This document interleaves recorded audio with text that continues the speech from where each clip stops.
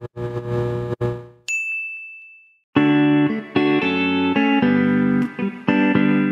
abengi kay kayungan. So, welcome back to my channel. Hello, I'm Anne. A lot of you were requesting a Kapampangan video and a back-to-school makeup look or back-to-school makeup tutorial. And naisip ko, bakit hindi ko na lang siya pag-isahin. So, a little disclaimer, yes, Kapampangan po ako, pero hindi po ako fluent magkapampangan. Nakakaintindi ako, marunong ako a few words, pero yung straight sentence, hindi ko po kaya ng agad-agad. Bear with me please if nagtatagalog ako with this video or English or something. But sana po apasaya ko kayo king video ay ni. So without further ado, let's get started. Ayan na po, ala po tamong makeup, king kay katamong lupa. Ano ba? Nahirapan talaga ako. Pero talaga yung best ko. Siguro parang Tagalog ko pang pangan tong video na to. Gamitin po natin yung ating Maybelline Baby Skin Pore Eraser. Favorite ko to kasi sobrang dupe siya dun sa Benefit Professional. Super budget friendly rin to.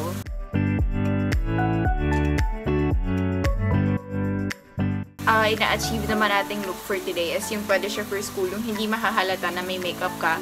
Kaya katago pong gamitan, mag-apply po tayo ng concealer. Maybelline Fit Me Concealer. Medium 25 po ako sa shade na to. Gawa kaya po ining video ay ang ating concealer para kareng manalbe ka na akong maglagay talagang concealer.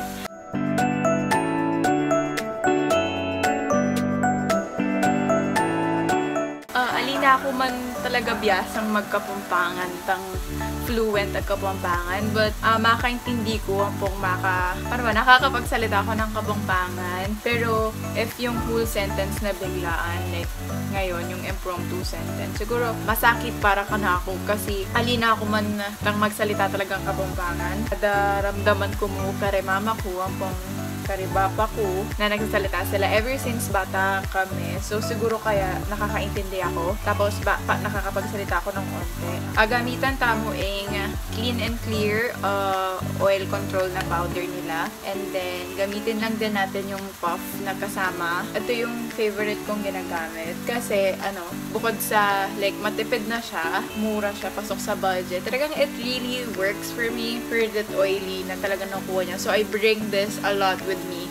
Like, pag pumapasok ako, pag may oily na akong na-feel, lagay kaya muking lupa ko, kaya mawala itong oiliness na. So, for the brows, ali ko sure kung maglagay kung something king brows ko kasi nagpa-microblading ako. Pero, sige, ibabrushin lang natin siya upward. Siguro parang i-fill in lang natin siya kasi naging natural na yung itsura niya. So, gamitan kayo ni Tony Moly Lovely Eyebrow Pencil. Asali kayo ni for like 150 or 190.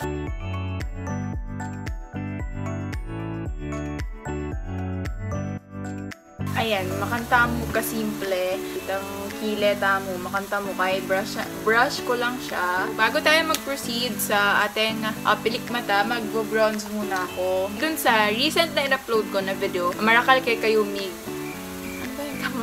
Nagtanong kung ka rin kay Asali ini. Asali kay po ini king Shopee. Nag-iba kasi ako ng account dun sa Shopee, so hindi ko na makita yung recent purchase ko. Pero you just gotta search NYC bronzer. Tapos lalabas na lahat. So 199 lang siya. Kaya rin tamong mag-bronze, maglagay tamo namang mascara. Paulit-ulit ko na lang sinasabi na I really love The Face Shop Fresh and Volumizing Mascara. Asali Kenny for just 149 pesos. Rarita na king mascara. Ngayon, maglagay tamong cheek tint. Gamitan tamo Blush Baby ng Smink Beauty. Asali Kenny king beautymanila.com. Ayan, makanyan niya muing kay tint na. Alias super obvious na atin kang cheek tint. Bala mo kay mapali mo. Think ganun lang tayo for the face kasi for school friendly lang to. So, depende kasi king mood ko. Minsan, lagyan kay mo rin ni king kaiking lips ko. Ditak mo. Pero, lately, sobrang love ko tong Careline Extra Shine Lip Gloss. Asali kay ni for 50 pesos only. Pero, tong regular price na ata 100 pesos. Abang luya mo rin natin niyang kai. Bala mo candy. So, ayan. Mas natural lang siyang tignan. O, diba guys? Ganyan lang kasimple.